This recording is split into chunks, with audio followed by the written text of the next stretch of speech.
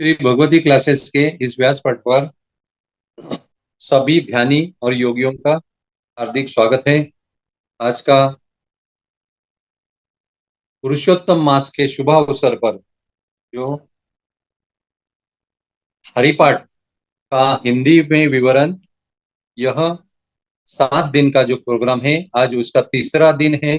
यह तीसरा दिन का निरूपण शुरू करने के पहले मैं मेरे परम सदगुरु गजानन महाराज अटक, महावीर भगवान गौतम बुद्ध, संत ज्ञानदेव महाअवतार बाबा जी, पितामह ब्रह्मर्षि पत्री सरोज ब्रह्मांड के सभी महात्माओं सत्पुरुषों को कोटि कोटि आत्मा वंदन करते हुए आज का ज्ञान सत्र जो है वो शुरू करने जा रहा हूं। कैवल्याचा पुतळा प्रकटला भुतळा, चैतन्याचा जिवाळा ज्ञानोबा माझा, अलंकापुरी पुण्यभूमी पवित्र, तिथे नांदतो ज्ञानराजा सुपात्र, तया आठविता महापुण्य राशी, नमस्कार माझा श्री गुरु ज्ञानेश्वरासी, ज्ञानदेव गुरु ज्ञानदेव तारू, उतरील पैल पारू ज्ञानदेव, ज्ञानदेव माता ज्ञानदेव पिता, तोडील भवव्यथा ज्ञानदेव, ज्ञानदेव माझे सोय रे धाय रे, जीवलग निर्धारे ज्ञानदेव, सेना मने माझे ज्ञानदेव निदान, दाविली निज कुण ज्ञानदेव, ज्ञानदेव माता ज्ञानदेव पिता, तोडील भवव्यथा ज्ञानदेव। महाविष्णु का अवतार संत श्रेष्ठ ज्ञानेश्वर माउली को कोटि कोटि आत्मवंदन करते हुए आज का हरिपाठ का विवरण शुरू करने जा रहा हूं। आज का जो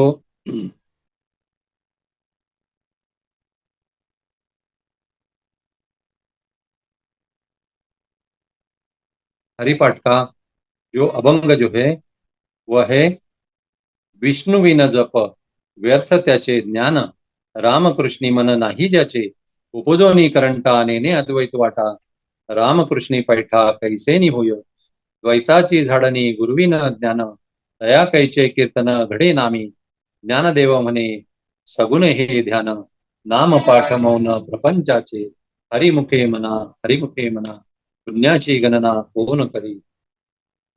संत ज्ञानेश्वर महाराज इस अभंग में कहना चाहते हैं कि विष्णु विन जप व्यर्थ त्याचे ज्ञान, भगवान विष्णु के नाम का जो जाप है वो जो जाप करता नहीं है, उसको समझकर आगे बढ़ता नहीं है, उसका जो ज्ञान है वो व्यर्थ है। और जिसको रामकृष्ण नाम में रस नहीं है, उसका ज्ञान भी, रामकृष्ण नाम में जिसका मन लगता नहीं है, उसका ज्ञान जो है ना बिल्कुल व्यर्थ है। उपजोनी करंटा नेने अद्वैत वाटा, रामकृष्णी पैठा कैसे नहीं होय। संत ज्ञानदेव यहाँ कहते हैं कि वह जिसका जन्म हुआ है, मगर जन्म होने के बावजूद भी वो हरि का स्मरण नहीं करता है और उसे अद्वैत का रास्ता जिसे पता नहीं है, तो अगर वो कुछ करेगा ही नहीं प्रभु के प्राप्ति के लिए, तो वो कैसे आगे बढ़ सकता है। इसे संत ज्ञानेश्वर महाराज इस अभंग में हमें कहना चाहते हैं। द्वैताची झाडणी गुरुविन ज्ञान, दया कैचे कीर्तन घडे नामी। ये जो लाइन है वो बहुत महत्वपूर्ण है। द्वैताची झाडणी यानी भक्ति, मैंने पहले ही कहा है ये 2 प्रकार की होती है, एक सकाम भक्ति, दूसरी निष्काम भक्ति। जो एक है द्वैत भक्ति और दूसरी अद्वैत भक्ति। ये दोनों भक्ति जो है ना अपनी अपनी जगह पर श्रेष्ठ है, क्योंकि जो कर्मयोगी जो है वो सकाम भक्ति करता है और जो ज्ञान योगी जो है ना वो निष्काम भक्ति करता है। ये दोनों के अगर भले रास्ते अलग अलग हो, मगर उनका जो डेस्टिनेशन है, जिन उनको जहां पहुंचना है, उनकी मंजिल जो है वो एक ही है। इसीलिए संत ज्ञानेश्वर महाराज कहते हैं कि जब तक ये जो द्वैत है, मैं अलग हूं और परमात्मा अलग है, मैं अलग हूं और प्रभु अलग है, ये जब तक द्वैत है, ये द्वैत जब तक गुरु के मुख से ज्ञान मिलता नहीं है, तब तक ये द्वैत जो है ना, ये कभी खत्म होता नहीं है। जब हमें आत्मज्ञानी गुरु के मुख से जब नाम मिलता है, तो उसी नाम के आधार पर हम अ, हमें द्वैत को द्वैत को पीछे रखते हुए हम अद्वैत की ओर बढ़ते हैं। यह संत ज्ञानेश्वर महाराज यहाँ पे कहना चाहते हैं। और द्वैताची झाडणी गुरुविन ज्ञान, तया कैचे कीर्तन घडे नामी। अभी ये जो तया कैचे कीर्तन घडे नामी जो संत ज्ञानेश्वर कहते हैं ना, ये जो है ना, ये नामी का है। और जो गुरु देता है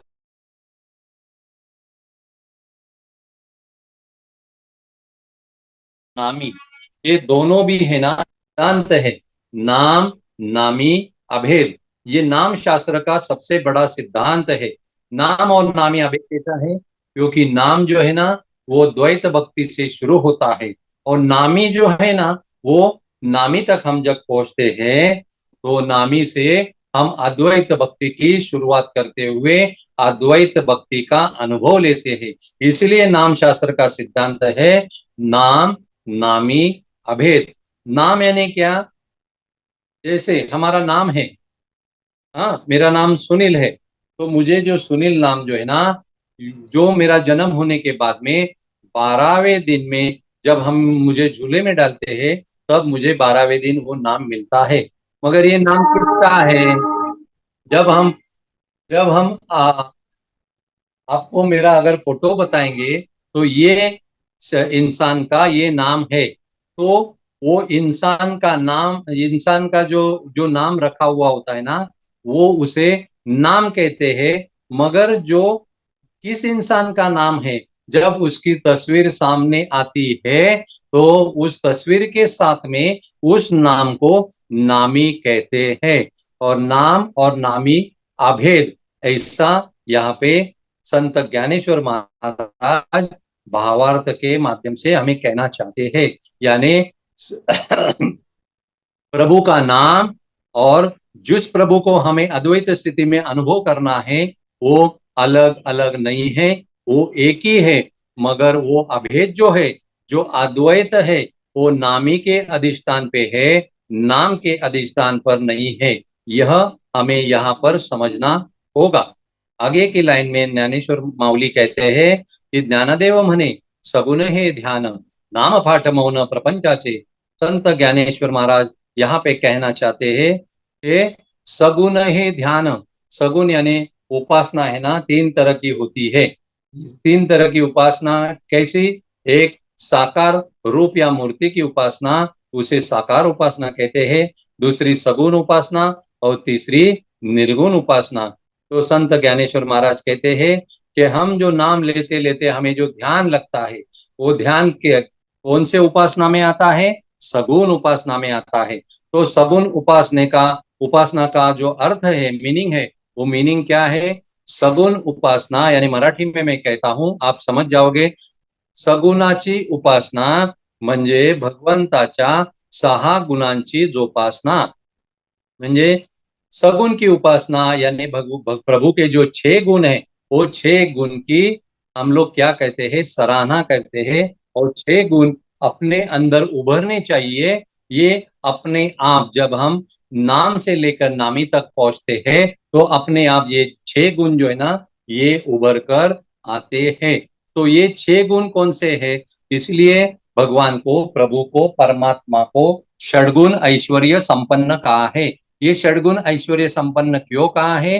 क्योंकि ये 6 गुण है ना, ये 6 गुण उसमें भरे हुए रहते हैं। अंतर बाह्य प्रभु जो है ना, ये 6 गुण से भरा हुआ होता है, इसलिए उसे षडगुण ऐश्वर्य संपन्न कहते हैं। वो 6 गुण कौन से हैं? एक गुण है श्री।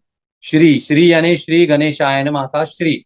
श्री, ऐश्वर्य, औदार्य, श्री ऐश्वर्य सामर्थ्य, यश, ज्ञान और वैराग्य, ये 6 गुण होते हैं। ये 6 गुण की हम जब एक्चुअली सराहना करते हैं, और 6 गुण आहिस्ता आहिस्ता उभर कर साधक में जब आते हैं, तो उसे सगुण की उपासना कहते हैं। यह सगुण की उपासना उसको पूर्णत्व कब आता है? ज्ञानेश्वर माऊली कहते हैं कि ज्ञानदेव मने सगुने हे ध्यान, नाम पाठ मौन प्रपंचाचे। पूरी तरह से प्रपंच मैंने पहले ही कहा है कि पंच तत्व का शरीर बना हुआ है। ये पंच तत्व जो बहना कि पंच तत्व और पंच ज्ञानेन्द्रिय, पंच कर्मेंद्रिय, पंच प्राण, पंच सूक्ष्म प्राण, इस सभी का जब मौन हो जाता है, तब मौन होने के बाद में ही सगुण उपासना जो है वो सगुण उपासना का अनुभव आता है।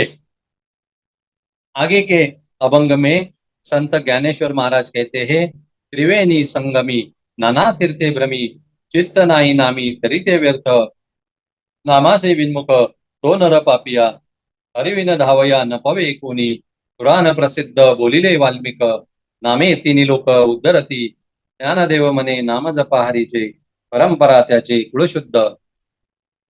संत ज्ञानेश्वर महाराज कहते हैं कि त्रिवेणी संगमी नाना तीर्थे भ्रमी, हर एक इंसान जो है, जो भूला भटका होता है, जो अज्ञान और अविद्या में लिप्ता होता है, वो बाहर की जगत में क्या करता है? सिर्फ तीर्थाटन करता है। तीर्थाटन यानी क्या? चार धाम करता है। और जगह जगह जहां जहां देवालय, तीर्थ क्षेत्र होता है, वहां पर जाकर प्रभु का दर्शन लेने का प्रयास करता है। और आपको तो पता है त्रिवेणी संगम कहाँ पे है? इलाहाबाद में है। उसे क्या कहते हैं? प्रयागराज कहते हैं। उस प्रयागराज में तीनों नदियों का संगम है।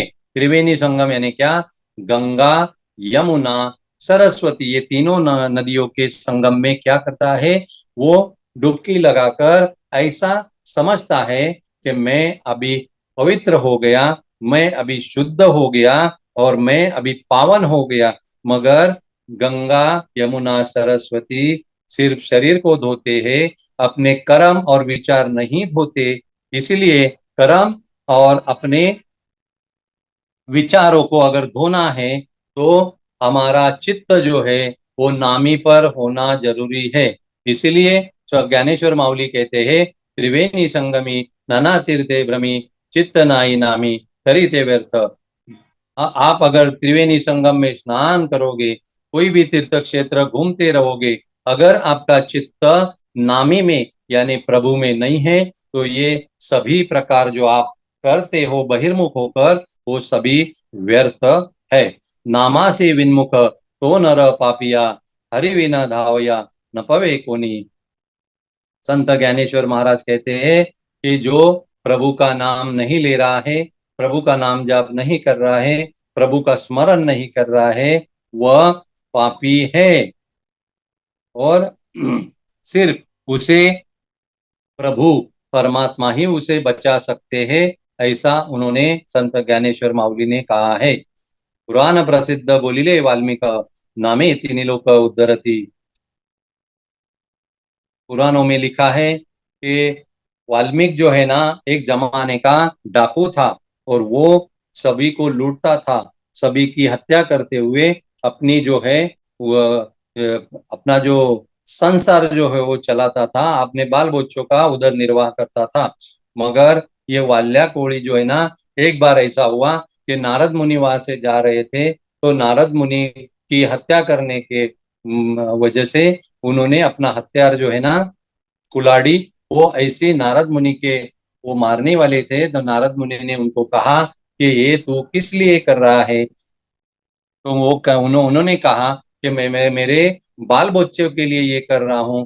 तो उन्होंने कहा कि अगर ये बाल बच्चों के लिए तू ये पाप कर रहा है, तो इस पाप में तेरे बाल बच्चे शामिल है क्या?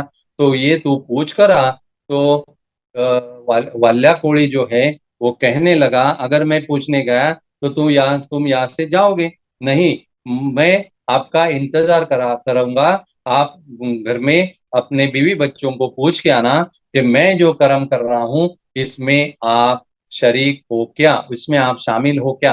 वो वाल्या जो है ना, वो पूछ के आता है। पूछ के आने के बाद में उसको पश्चाताप होता है, पछतावा होता है, क्योंकि वो अपने बीवी बच्चे उसे कहते हैं कि तू जो भी कर्म करेगा वो उसमें हम लोग उसमें शामिल नहीं है, इसीलिए हमें सिर्फ हमारे उदर निर्वाह की पड़ी है, तुम्हारे कर्म से हमें कोई लेना देना नहीं है।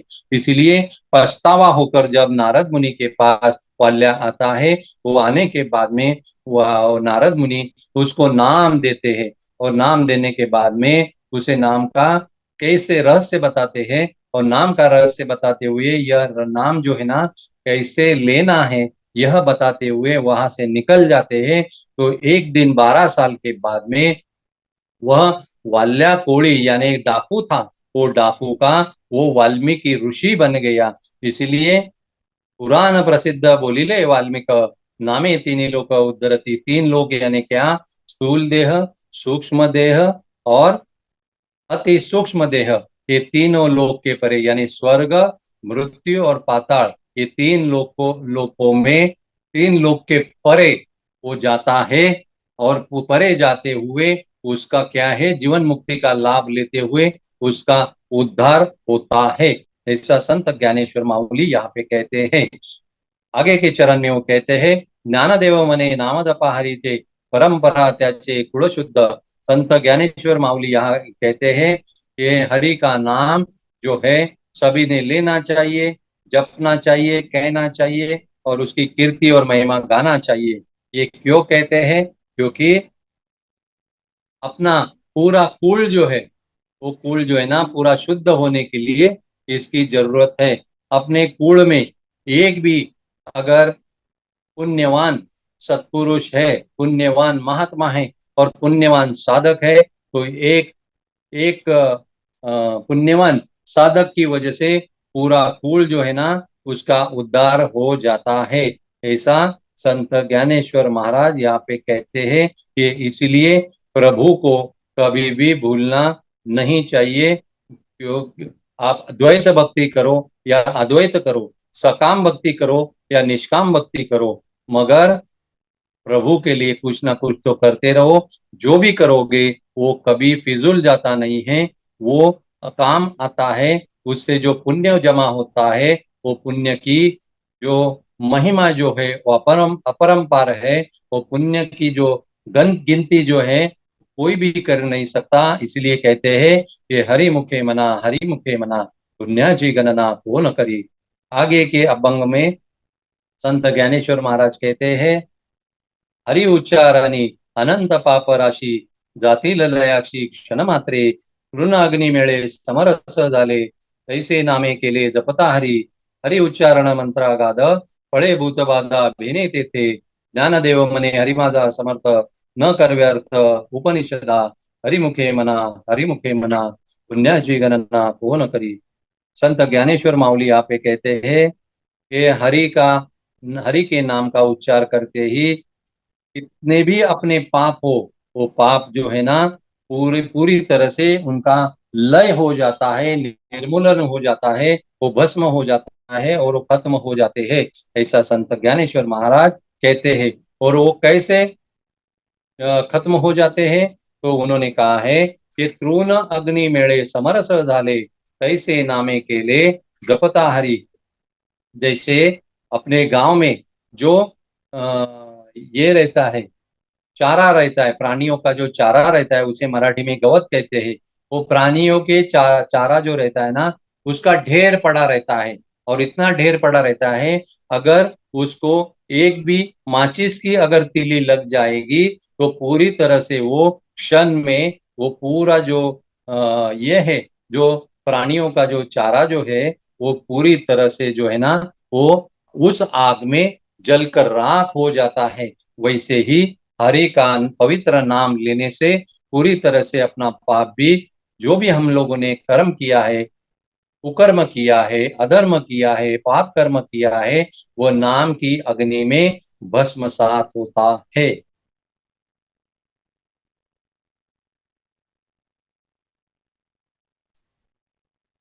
हरि उच्चारण मंत्र आगाध फळे भूत बाधा मैंने त्याचे। हरि का उच्चारण करते ही किसी को अगर भूत बाधा है, पिशाच बाधा है, ये भूत बाधा और पिशाच बाधा भी वहां पे टिकती नहीं है, वहां पे रहती नहीं है। क्योंकि भूतों को हरि का, प्रभु का, परमात्मा का, ईश्वर का नाम अच्छा नहीं लगता है।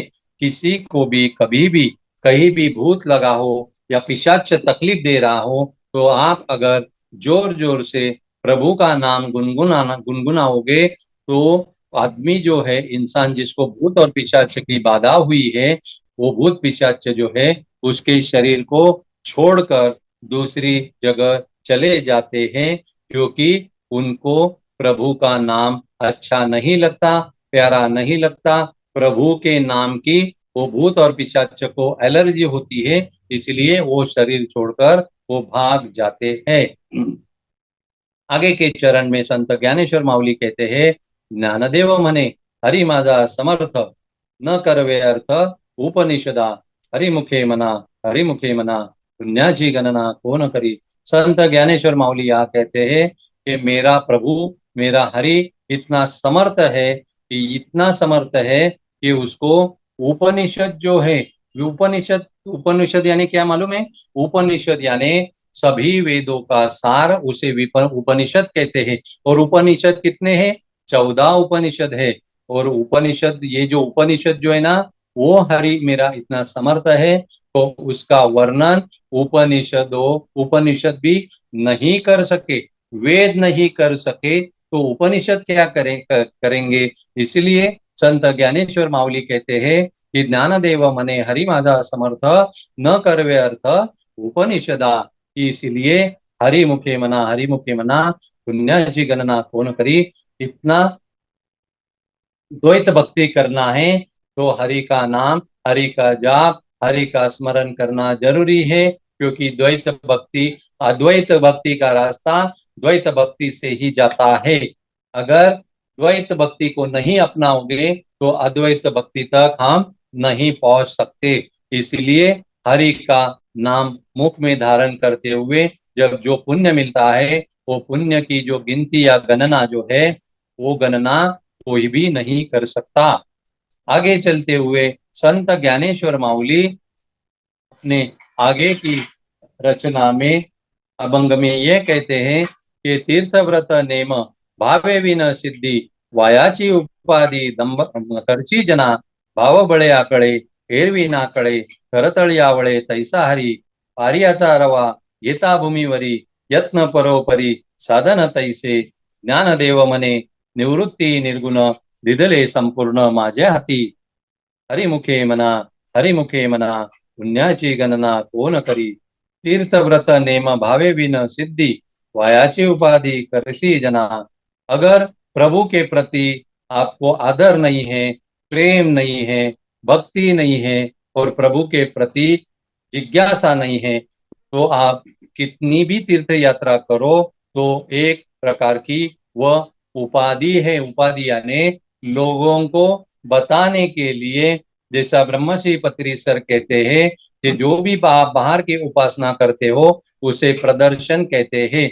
वह प्रदर्शन को संत ज्ञानेश्वर माऊली यहाँ पे कहते हैं, वायाची उपाधि करसी जना, यानी लोगों को आप प्रदर्शन कर रहे हो। सिर्फ तीर्थ यात्रा हरि को ना समझते हुए, ना जानते हुए, ना पहचानते हुए अगर सिर्फ तीर्थ यात्रा करते रहोगे पूरे जीवन भर, तो वो लोगों को बताने के लिए यह प्रदर्शन होता है। ऐसा संत ज्ञानेश्वर माऊली यहाँ पे कहना चाहते हैं। भाव बळे आकळे एरवी नाकळे, करतळी आवळे तैसा हरी। संत ज्ञानेश्वर महाराज यहाँ कहते हैं कि आपके आपके पास अगर भाव का बल नहीं है, भाव का बल यानी प्रभु के प्रति निस्सीम भाव, यानी क्या, कि अंतःकरण से शुद्ध प्रेम जो प्रकट होता है, उसे भाव कहा है। और यह जो भाव न है ना, पहले मैंने एक जो अपना ज्ञानेश्वर महाराज का एक अभंग जो है, भावे भी न भक्ति, भक्ति भी न मुक्ति, बड़े भी न शक्ति बोलू नहीं, वो जो रचना जो है, यह रचना से बहुत ही मिलती है। इसीलिए भाव जो है, भाव अगर होगा तो ही आप प्रभु को जान सकते हो, समझ सकते हो, पहचान कर सकते हो और उसका अनुभव कर सकते हो। तो उसका अनुभव आप कैसे कर सकते हो? संत ज्ञानेश्वर महाराज यहाँ पे कहते हैं कि जैसे करतली आवळे तैसा हरि। आमला, आवड़ा यानी आमला, हिंदी में जिसको आमला बोलते हैं। करतल यानी क्या? अपना जो हाथ जो है, वो हाथ का जो बीच का मझला हिस्सा जो है ना, जो हिस्सा जो है ना, उसे करतल बोलते हैं। और करतल पे जैसा आंवला रखने के बाद में हम जैसे उस आंवले को सामने सामने देख सकते हैं, वैसे ही आप प्रभु का अनुभव ले सकते हो। यानी जैसे जैसे आंवला हाथों में रखने के बाद में सामने दोनों आंखों से, चर्म चक्षु से देख सकते हो, वैसे ही आपके पास अगर भाव का बल है, भाव की शक्ति है, भाव का अगर सामर्थ्य है, तो भाव के सामर्थ्य और शक्ति के बल पर आप वहां पर यानी प्रभु को पा सकते हो और उस निर्गुण निराकार परमात्मा का अनुभव ले सकते हो। आगे चलते हुए संत ज्ञानेश्वर माऊली कहते हैं कि पारियाचा रवा घेता भूमीवरी यत्न परोपरी साधन तैसे। पारियाचा रवा यानी क्या? जो पारिया यानी क्या? पारद।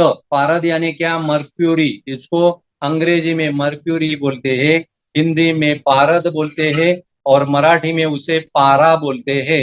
ये जो पारा जो है ना, जो पारा आईने को लगाने के बाद में अपना मुख कमल जो है ना, वो आईने में हम देख सकते हैं। तो वो पारा जो है वो यानी उसे हिंदी में पारद बोलते हैं। वो पारद अगर जमीन पर गिरा तो हम किसी भी उंगली से, सभी पांचों उंगली से या दो उंगली से उस पारद को हम उठा नहीं सकते। क्यों नहीं उठा सकते? क्योंकि भाव के बिना अगर प्रभु की भक्ति करेंगे तो संत ज्ञानेश्वर माऊली यह उदाहरण देते हैं कि पारियाचा रवा घेता भूमीवरी यत्न परोपरी साधन तैसे। उस पारद को जमीन पर से उठाने के जैसा प्रयास हो जाएगा। जैसे पारद जमीन पर गिरने के बाद में हम उंगली से, दो उंगली से, पांचों उंगली से, पूरे हाथ से उठा नहीं सकते, वैसे भाव के बगैर हम भक्ति करेंगे तो प्रभु को हम पूरी तरह से उसका अनुभव नहीं ले सकते। आगे चलते हुए संत ज्ञानेश्वर माऊली कहते हैं कि ज्ञानदेव म्हणे निवृत्ती निर्गुण दिदले संपूर्ण माझ्या हाती। संत ज्ञानेश्वर माऊली एक जगह कहते हैं कि प्रभु तू कैसा है रे? क्योंकि लोग तुझे सगुण भी कहते हैं, निर्गुण भी कहते हैं, तेरी सकाम भी उपासना करते हैं और निष्काम भी उपासना करते हैं, मगर तू एग्जैक्टली है कौन और कैसा है? तो फिर बाद में संत ज्ञानेश्वर माऊली को अपने परम सदगुरु निवृत्ति नाथ के कृपा से, आशीर्वाद से और उनके आत्मबोध, उनके मुखारविंद से जब होता है, तब उन्हें यह पता चलता है कि ज्ञानदेव मने निवृत्ति निर्गुण निर्गुण दिदले संपूर्ण माझ्या हाथी। यानी संत ज्ञानेश्वर माऊली कहते हैं कि पूरी तरह से निर्गुण उपासना का जो रहस्य जो है, कि मेरे परम सदगुरु निवृत्ति नाथ की कृपा से, उनकी आशीर्वाद से और उनकी छत्र छाया में मुझे पूरी तरह से इस निर्गुण उपासना का रहस्य मेरे हाथ में आया है, ऐसा संत ज्ञानेश्वर माऊली कहते हैं। और मराठी में संत ज्ञानेश्वर माऊली का एक अभंग है, तुझ सगुण मनो की निर्गुण रे, सगुण निर्गुण एकु गोविंदू रे। ऐसा संत ज्ञानेश्वर महाराज का एक अभंग है। उस अभंग में संत ज्ञानेश्वर महाराज यही कहते हैं, तू सगुण भी है और निर्गुण भी है, तू सकाम भी है, अपना द्वैत में भी है और अद्वैत में भी है। इसीलिए किसी भी भक्ति को गौण नहीं मानना चाहिए, कम नहीं समझना चाहिए। और कोई भी जो भक्ति कर रहा है, चाहे वो द्वैत भक्ति कर रहा है या अद्वैत भक्ति कर रहा है, किसी को no judgement, no comparison, no criticism और नो गॉसिपिंग किसी के बारे में नहीं करना है। क्योंकि अगर ऐसा हम करेंगे, हम जो अद्वैत भक्ति आंख बंद करते हुए ध्यान के माध्यम से करते हैं कि हमारी भक्ति ही श्रेष्ठ है, दूसरों की भक्ति जो है वो गौण है, कम है, तो आपका जो पुण्य जो है ना वो कम कम कम होने लगेगा, क्योंकि आप दूसरे की सराहना करने के बगैर उसको नाम रखते हो, उसका दोष देखते हो, और दोष देखने वाला कभी भी किसी भी भक्ति में आगे नहीं बढ़ता। इसीलिए कभी भी किसी का इस मार्ग में दोष नहीं देखना चाहिए। तो इसीलिए संत ज्ञानेश्वर माऊली कहते हैं कि हरि मुखे मना पुण्याची गणना कौन करी। हरि का मुख से नाम लेने से, हरि का जाप करने से भी हम पुण्य से लेकर शुद्ध पुण्य की कमाई करते हुए हरि को जान सकते हैं, समझ सकते हैं, और पूरी तरह से अद्वैत भक्ति तक पहुंचकर हरि का पूर्णतः अनुभव ले सकते हैं। अभी यह जो ज्ञान सत्र जो है, ये ज्ञान सत्र को मैं यहीं पे अर्ध विराम देता हूँ। और ये ज्ञान सत्र जो है मेरे परम सदगुरु गजानन महाराज अटक, महावीर भगवान गौतम बुद्ध, संत ज्ञानदेव महाअवतार बाबा जी और पितामह ब्रह्म श्री पत्री सर और इस ब्रह्मांड के सभी महात्मा और सत्पुरुषों के चरण कमलों में सभी ने समर्पित करता हूँ और इस सेवा को यहीं पे अर्ध विराम देता हूँ। धन्यवाद, धन्यवाद, धन्यवाद। किसी को कुछ पूछना है, कुछ सवाल है, अभिप्राय है, तो आप पूछ सकते हो मास्टर।